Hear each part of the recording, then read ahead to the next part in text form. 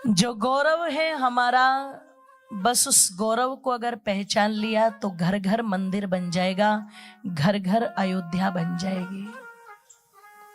और गौरव क्या है आपका?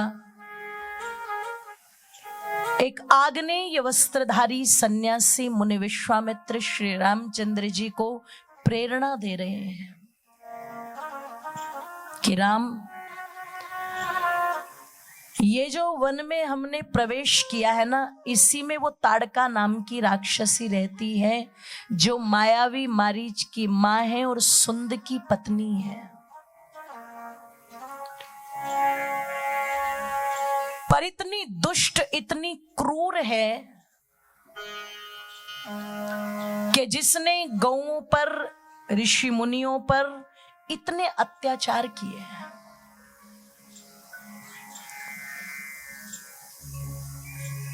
वो मांस भक्षणी किसी भी प्रकार से दया के योग्य नहीं है। और कहा जाता है जब ये बात कह रहे थे मुनि विश्वामित्र, तो पता नहीं गुजरात में चलती है कि नहीं चलती है, हरियाणा में बहुत बोलते हैं, शैतान का नाम लो और शैतान, अच्छा इसका मतलब चाले छे।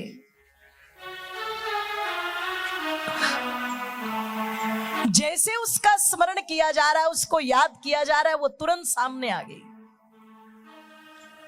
और सामने जब आई है तो माताओं श्री रामचंद्र जी लक्ष्मण से कह रहे हैं, गुरुजी ने संकेत कर दिया, लो आ गई। तो राम जी क्या कह रहे हैं, लक्ष्मण अगर कोई कमजोर हृदय वाला इसको देख ले तो वो तो तुरंत ही यमलोक चला जाए। इसी से अनुमान लगाया जा सकता है कितनी भयंकर, कितनी भयानक होगी। ओ मेरी माताओं, कहा जाता है मुनि विश्वामित्र का संकेत पाकर के श्री रामचंद्र जी युद्ध करते हैं, किससे? ताड़का से। लेकिन जैसे आज भी महिला होने के नाते, स्त्री होने के नाते एक थोड़ा सा सॉफ्ट कॉर्नर तो रहता ही है। श्री राम जी के मन में भी ये भाव है और वो सोच रहे हैं किसी तरह से अंग भंग करके इसको दंडित कर दिया जाए और ये भाग जाए। पर जब श्री रामचंद्र जी के उस स्वभाव को मुनि विश्वामित्र ने देखा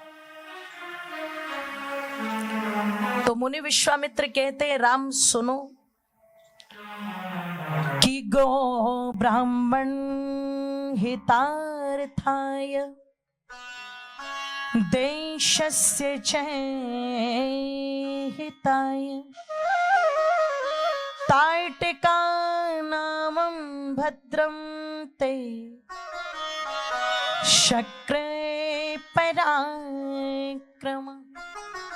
ये जो तुम ताड़का पर दया दिखा रहे हो ना, और अपने पराक्रम को नहीं दिखा रहे हो, तो सुनो राम, जो गौ माता को कष्ट दे, बहुत ध्यान से सुनना,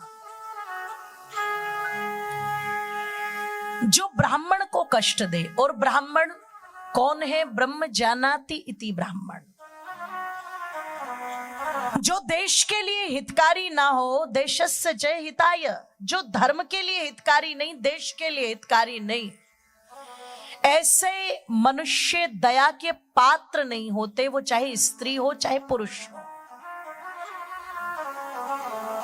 आज जिस संविधान को लेकर के पिछले दिनों कुछ लोगों की बुद्धि खराब हो गई थी ना,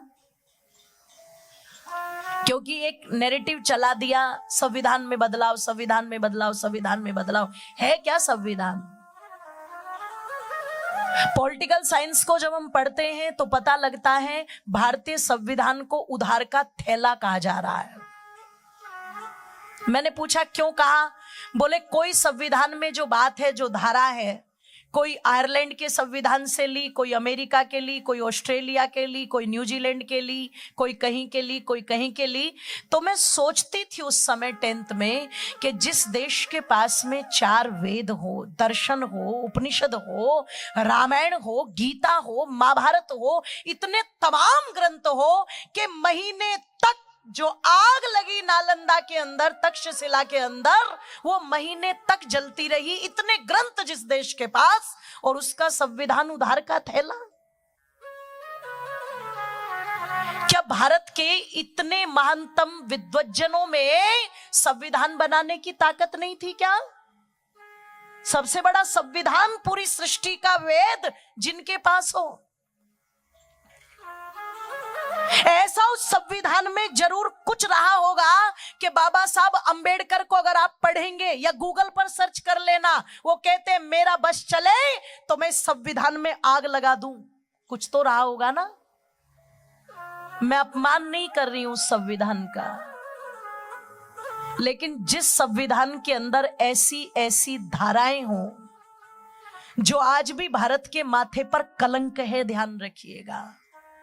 ओ मेरी माताओं बंधुओं, आप चिंतन करना उस संविधान का क्या करें जहां एक निर्भया केस के अंदर फास्ट ट्रैक कोर्ट बनाने पर भी 7 वर्ष लग गए उस मां को, जब जाकर के कहीं उनको फांसी के तख्ते पर चढ़ाया गया।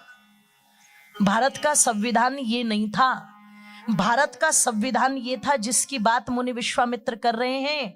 अगर कोई गौ माता को कष्ट दे, ब्राह्मण को कष्ट दे, देश को हानि पहुंचाए, धर्म को हानि पहुंचाए राम, तो उसे समाप्त करने में एक पल की भी देरी नहीं करनी चाहिए। वो चाहे स्त्री हो चाहे पुरुष हो, उसे तुरंत समाप्त कर देना चाहिए।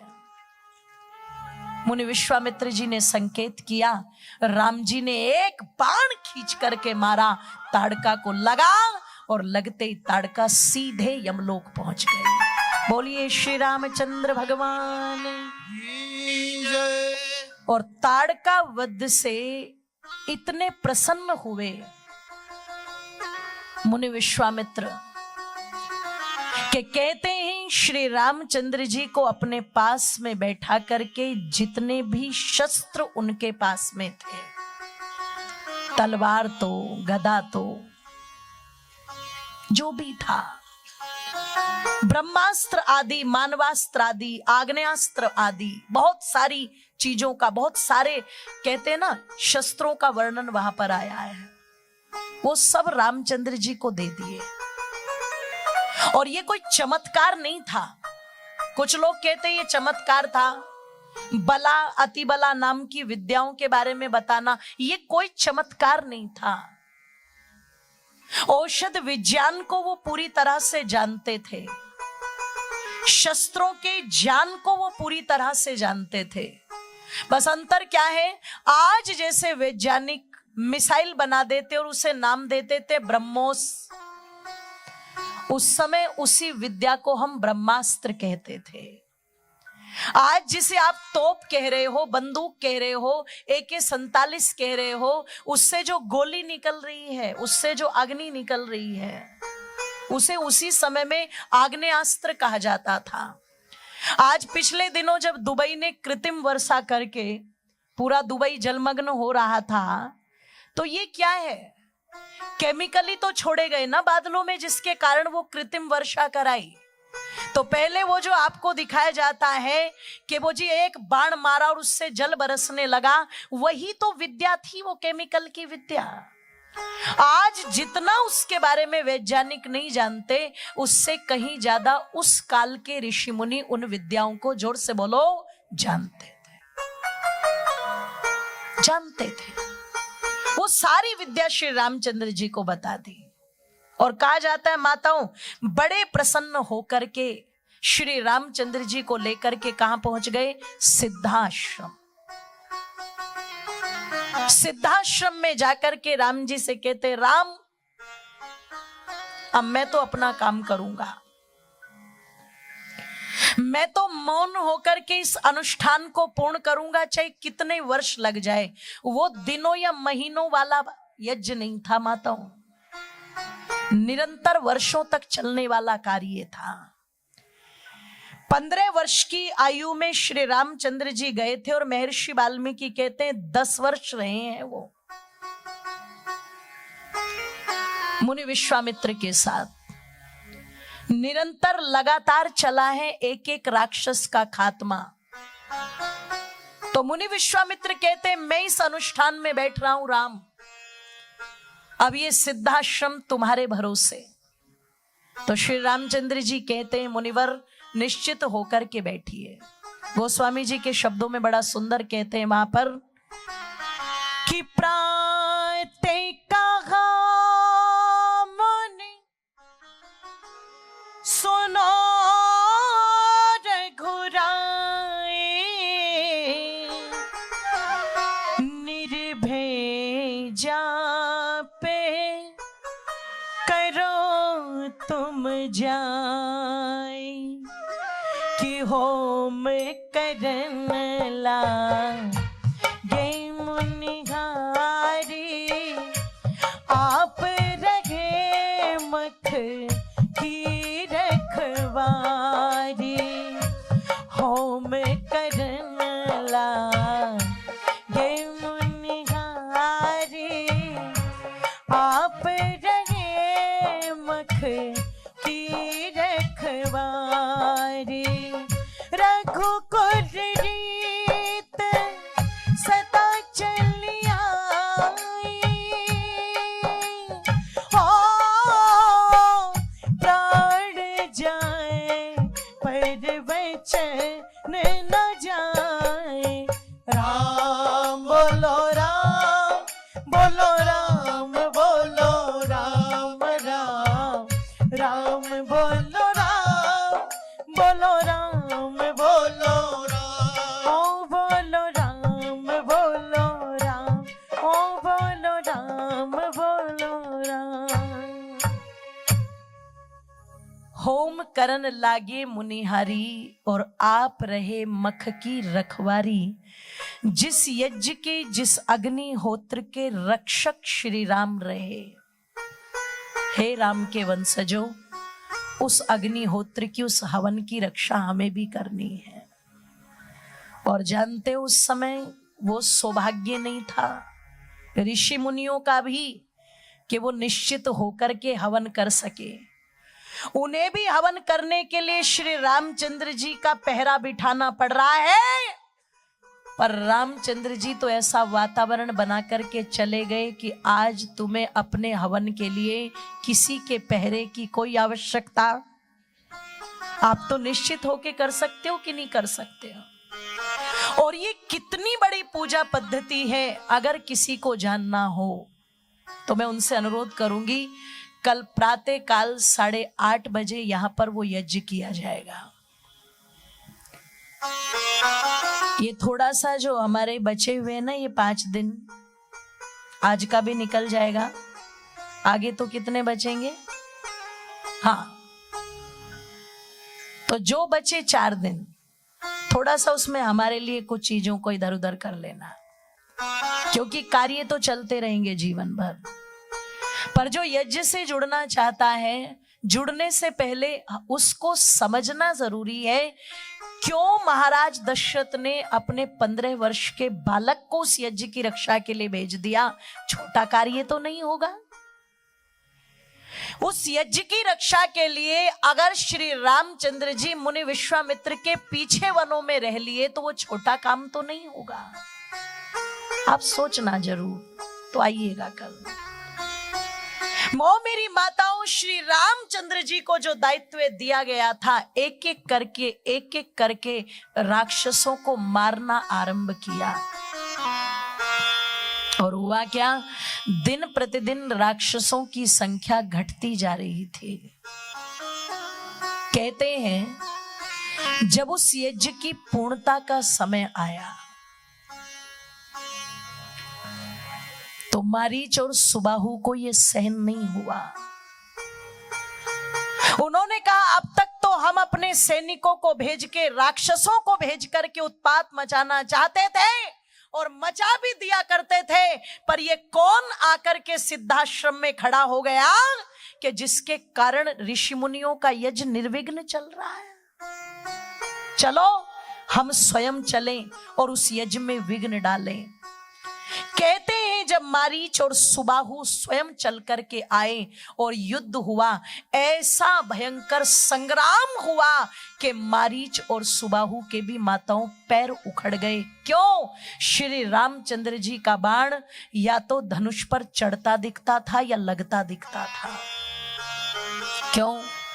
धनुष चलाने का एक नियम है, धनुष की डोरी को जितने बल से पीछे खींचा जाता है वो उतनी ही तेजी से आगे जाती है। अब रामचंद्र जी उस डोरी को तेजी से क्यों खींच पाते हैं? क्योंकि रामचंद्र जी की भुजाएं बहुत लंबी है, इसलिए उनको क्या कहा गया है? अजान बाहु। इतनी लंबी भुजाएं हैं, वो खड़े होते तो थे घुटनों तक लटकती थी। भैया उनको बोलो पीछे से आवाज नहीं आ रही है बिल्कुल भी, थोड़ा सा पीछे वाले स्पीकर पे आवाज डाल दो। निवेदन कर रही थी आप लोगों के मध्य में, जितनी लंबी भुजाएं तो डोरी उतनी पीछे तक खींचेगी, और जितनी पीछे तक डोरी खींचेगी बाण उतना तेजी से आगे जाएगा। इसलिए वहां पर एक कहावत बन गई, राम बाण। कोई वैद्य भी जब दवाई देता है तो क्या कहता है? राम बाण है, ये बस एक बार में ही काम कर जाएगा। मारीच और सुबाहु के पैर उखड़े। कहते हैं जो मानवास्त्र नाम की शक्ति दी थी उसका प्रयोग श्री राम ने मारीच पर किया, पर मारीच को वो शक्ति पूरी तरह से लग नहीं पाई, वो बच गया और भाग गया। लेकिन आग्नेयास्त्र की शक्ति का प्रयोग श्री रामचंद्र जी ने सुबाहु पर किया और लगते ही सुबाहु के प्राण पखेरु उड़ गए। पूरी की पूरी सेना, जो सहस्त्रों बल सेना थी, वो ऐसे बिछी पड़ी थी जैसे आंधी आने पर फसलें बिछ जाती है। कह दूं, यज्ञ पूर्ण हुआ, मारीच और सुबाहु रण में, सुबाहु और उसकी सेना रण में मरे हुए पड़ी थी। बड़े प्रसन्न हुए सारे ऋषि मुनि और श्री रामचंद्र जी की जय जयकार की।